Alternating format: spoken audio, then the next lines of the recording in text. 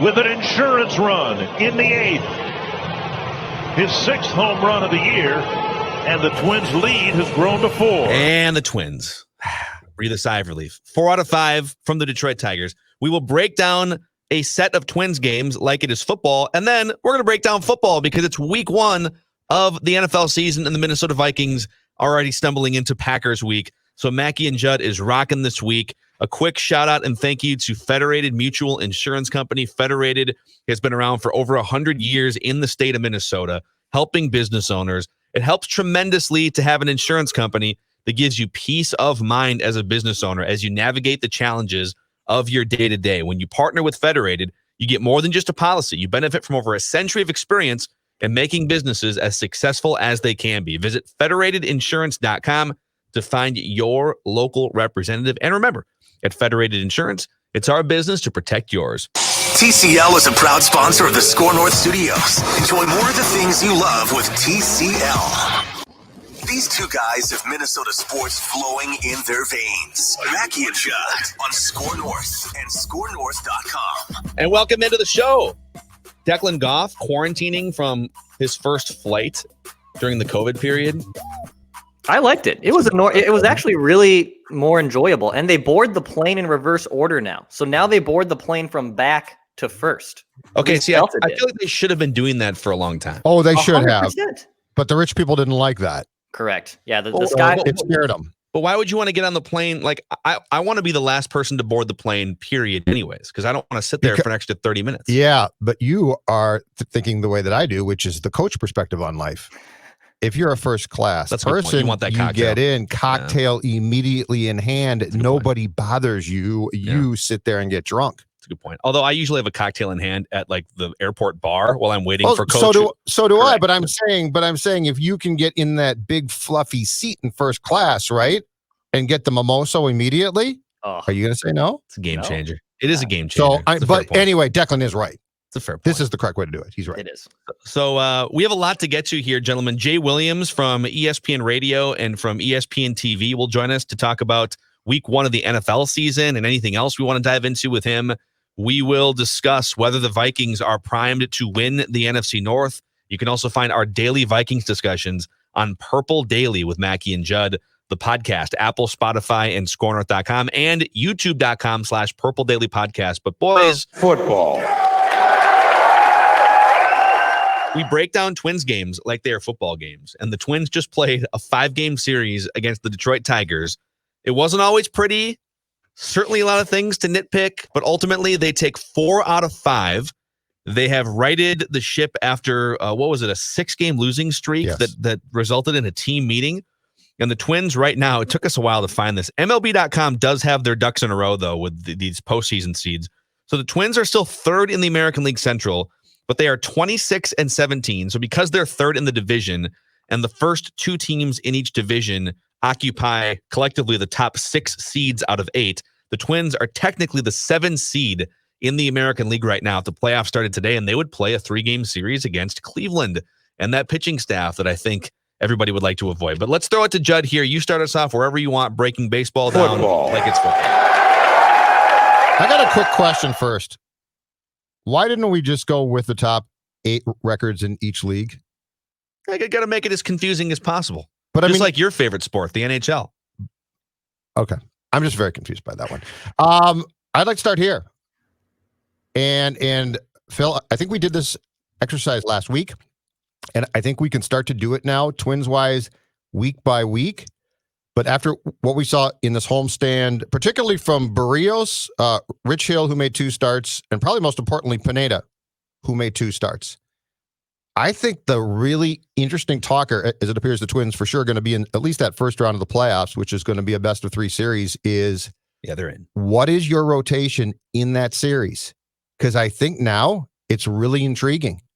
And I'm going to tell you right now mine, and I'm going to do this week by week, SKORNorth.com as well, and explain myself. We might need it multiple times a week. Yeah.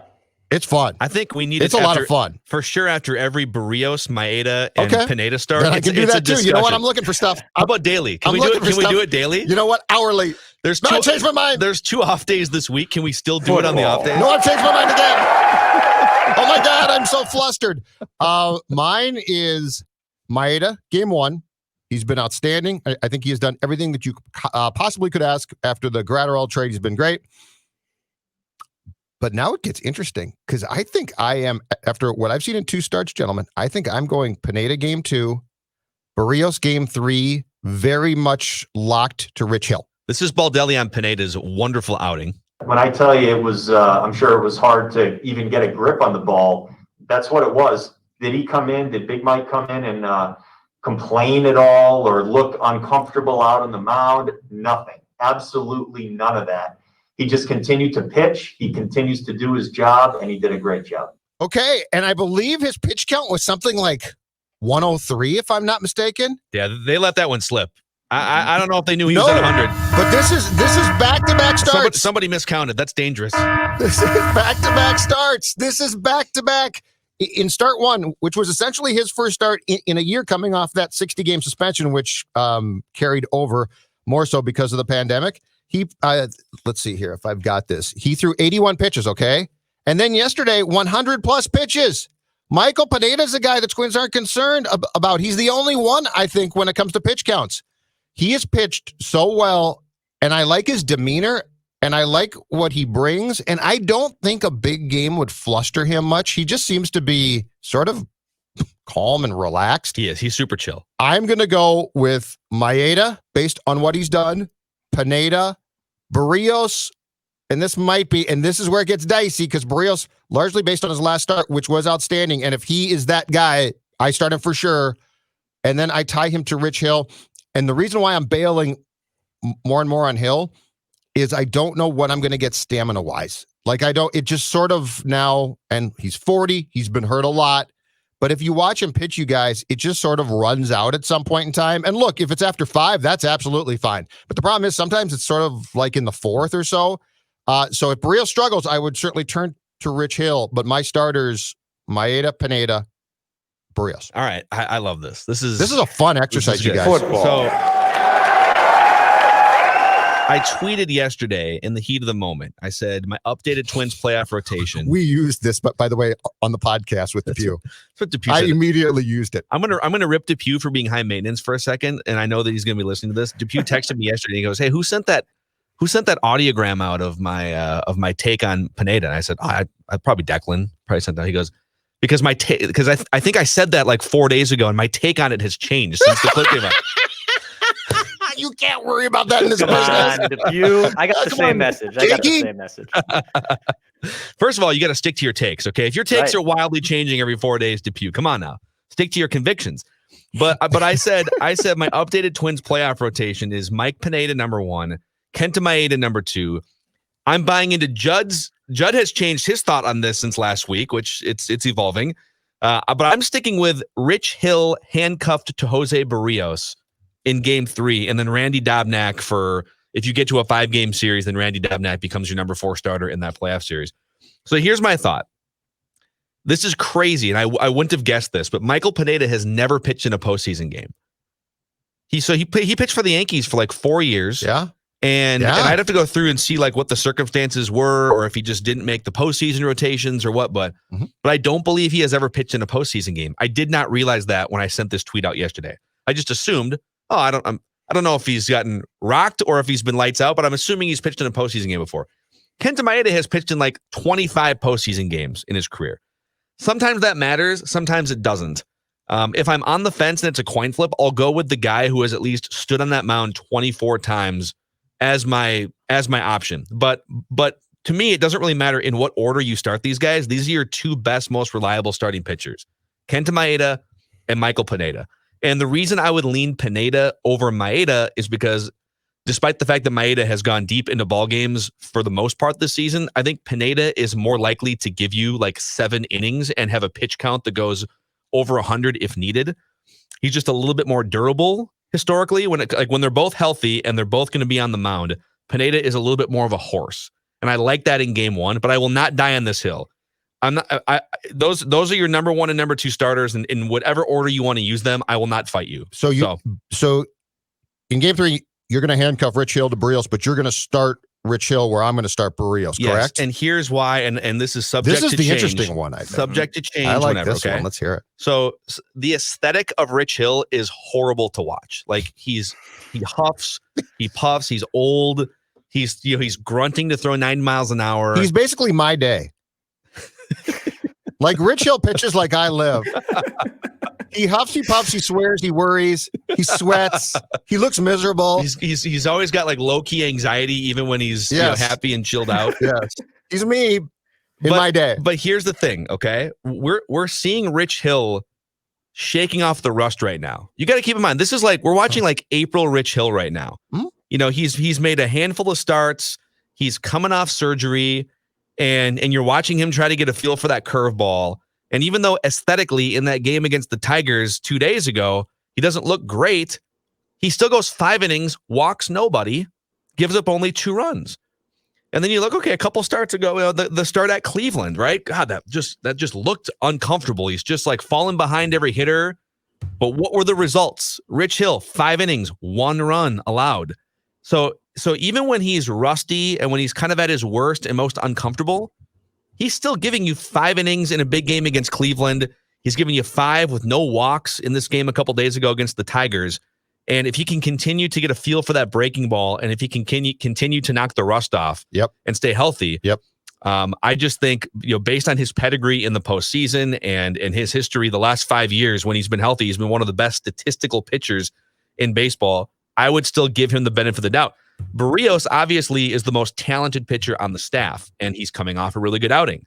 But he gets super worked up and nervous in big games. He gets super worked up and nervous against the Pirates sometimes.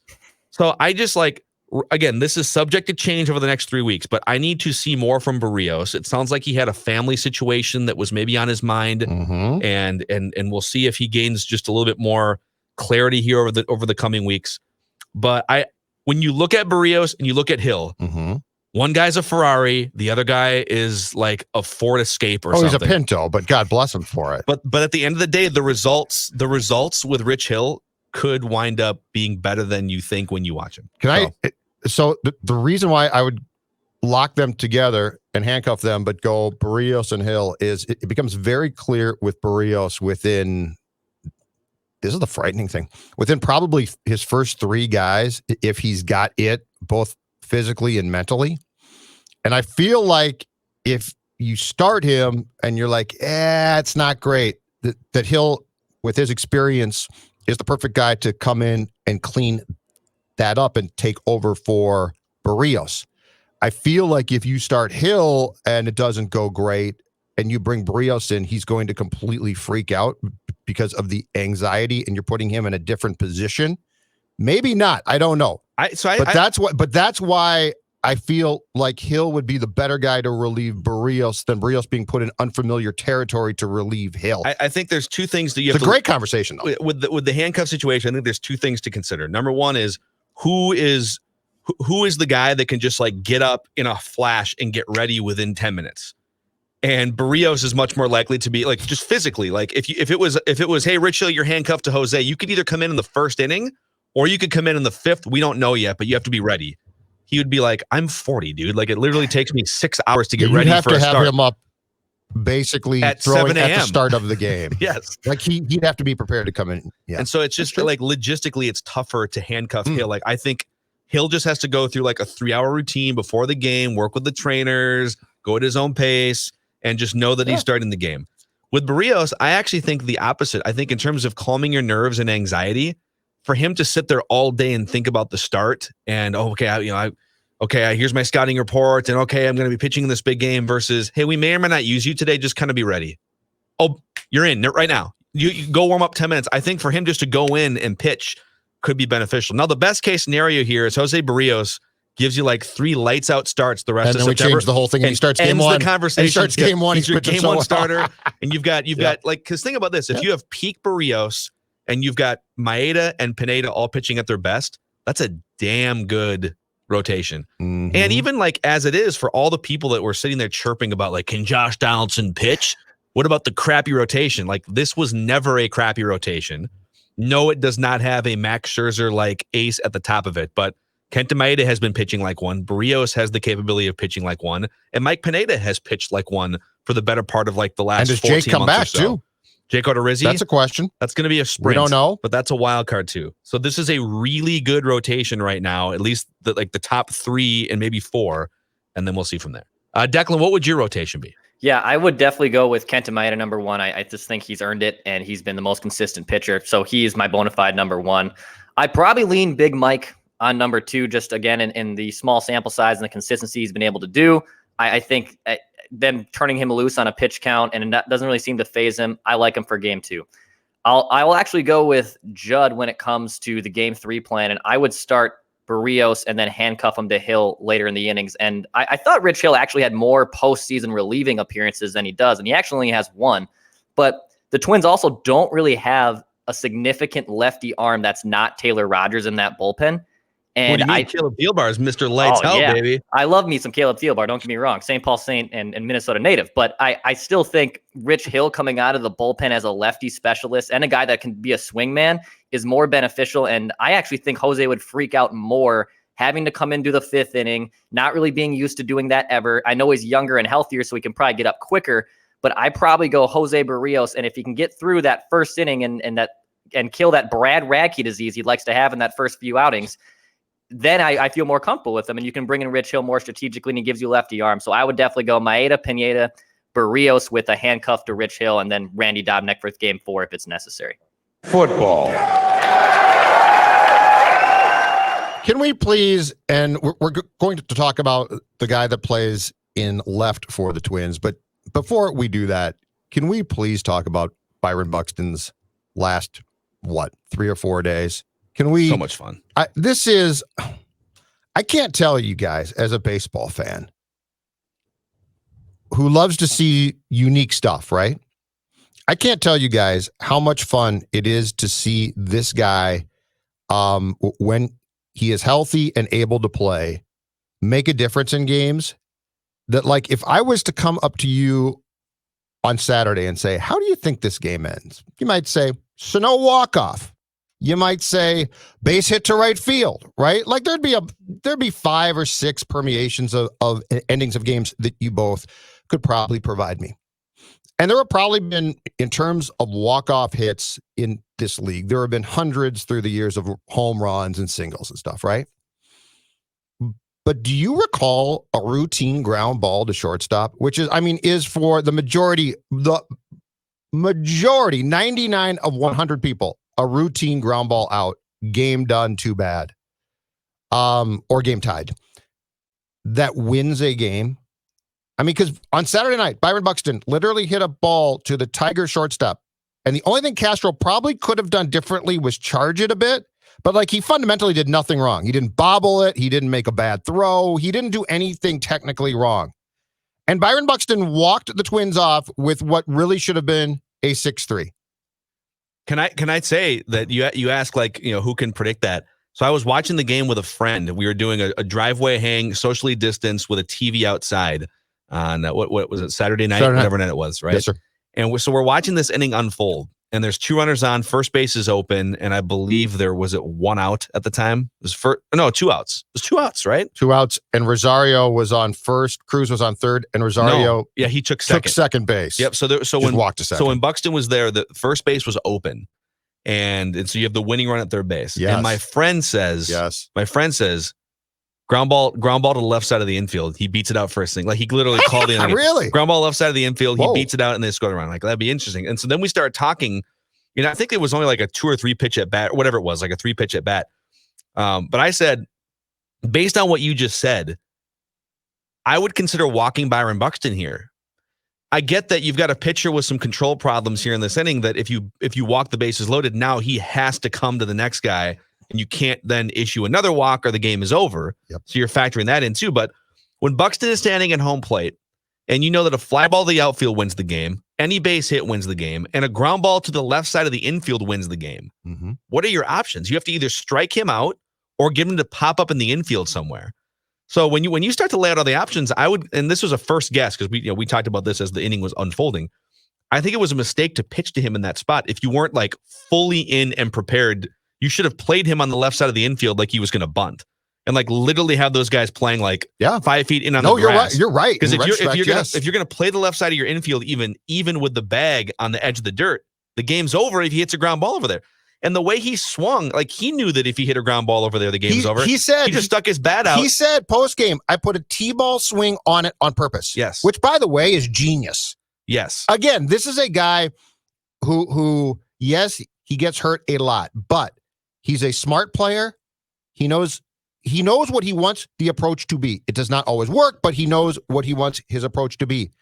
But most importantly, he can take that approach and can do things that probably right now, what do you think? 3 guys in the league can do?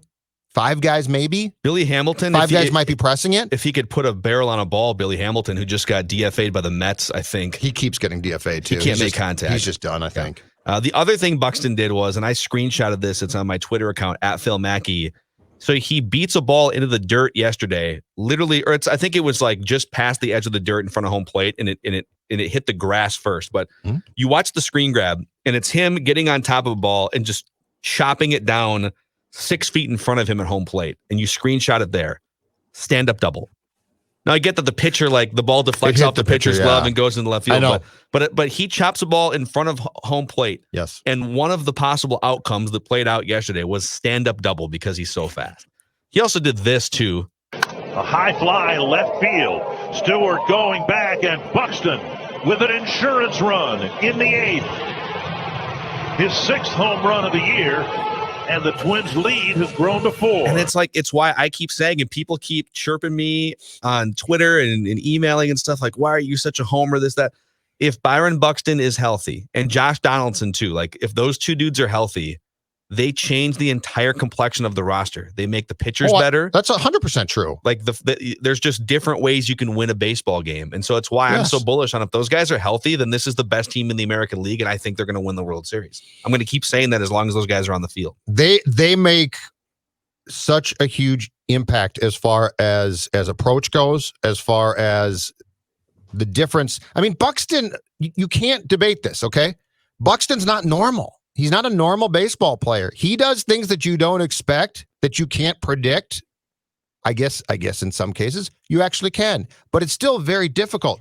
And what Byron Buxton brings too is I love that the more I watch him play too, it's just really clear that although it does not always work for him, that he has an approach. He definitely has one. Like this is not I'm going to go up there and no, he strikes out too much. I get that. But if you look at the fact that his at-bats, more and more to me, are rooted in a really pretty smart method at times, that's impressive.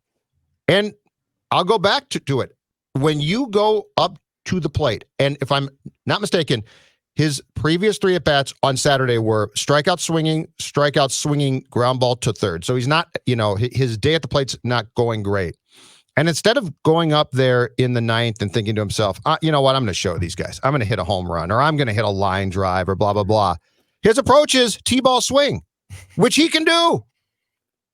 This is why I have turned into a complete apologist for Buxton, because I really believe he's that good. And more importantly, I really believe that he makes an impact that the majority of guys, we can talk about home runs all we want, but the majority of guys don't have the ability to make the impact that he does. This is why I've become such a fan of, if he's healthy, to Phil's point, the difference that he makes in the lineup is just enormous. Don't talk to me about Sano. Don't talk to me.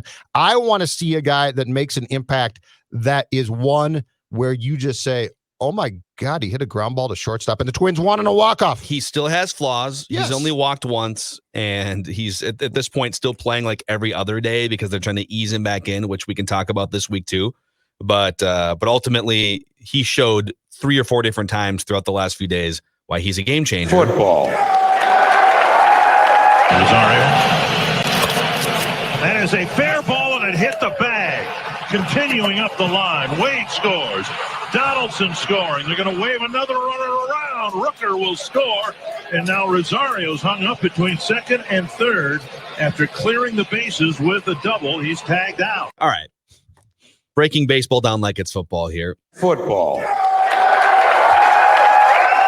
We had the full Eddie Rosario experience this weekend. So obviously he clears the bases with a huge hit, and that's great. It's awesome. Go plate yourself 3 runs. But these are some of the things that happened with Eddie Rosario this weekend. So he runs through the stop sign at third base a few days ago. It was Saturday's game. These are kind of running together. Sunday's game, and he nearly killed poor Tony Diaz, who turned around and basically thought, oh my God, I'm going to die now because this guy's going to kill me. Gets thrown out at home by a mile because he shouldn't have been running home because the stop sign was put up in that spot. He also quit on a play in left field so he either didn't understand the ground rules, or even if you don't understand the ground rules in that spot, if the ball ricochets around and bounces back onto the playing field, just pick it up and throw it back into the infield. And of course, he walks away from the ball laying on the ground and starts to state his case. It's okay, dude, just throw the ball in and then state your case. And then of course has the big, you just heard the highlight there. He has the big hit that clears the bases and gets thrown out at third base completely unnecessarily. And it was a little bit like when Michael Kadire used to have base hit to the outfield, and then he would purposely get caught up between first and second base to draw the throw from home to, instead of a guy throwing home from the outfield, he might throw to get Michael Kadire out. Mm-hmm. That wasn't Rosario's strategy. I think he was just trying to get to third because he thought the throw was going home. So anyways, your thoughts on the roller coaster that is Eddie Rosario? All right, I've decided if you can't beat them, join them. And the Rosario experience I think it bothers fans. It for sure bothers us. But you know who puts up with it time and time again? And I've wondered for a long time now, when's it going to change? And clearly I'm just wrong. It's not. Rocco and the boys. All right.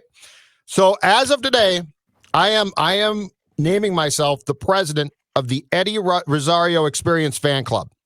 I am going to embrace it. Because you know what? There's some good. Because he's the guy that you work with who screws up time and time again, but he's got some talent. He just doesn't pay attention. He's the guy that screws up and then he comes back and hits a home run or something and saves his job. So I am going to embrace it. I am going to take the good with the bad, and I'm going to laugh along too. I'm done trying to say bench him. They're not going to, Declan. So basically you're saying the Eddie Rosario experience with a guy who messes up and has talent is essentially the same thing as the Declan Goff experience at SKOR North. There's things that he brings to the table that are awesome, and there's things you just have to accept in who he is. The difference is I believe that a band should pick up this name immediately and dub itself the Eddie Rosario Experience.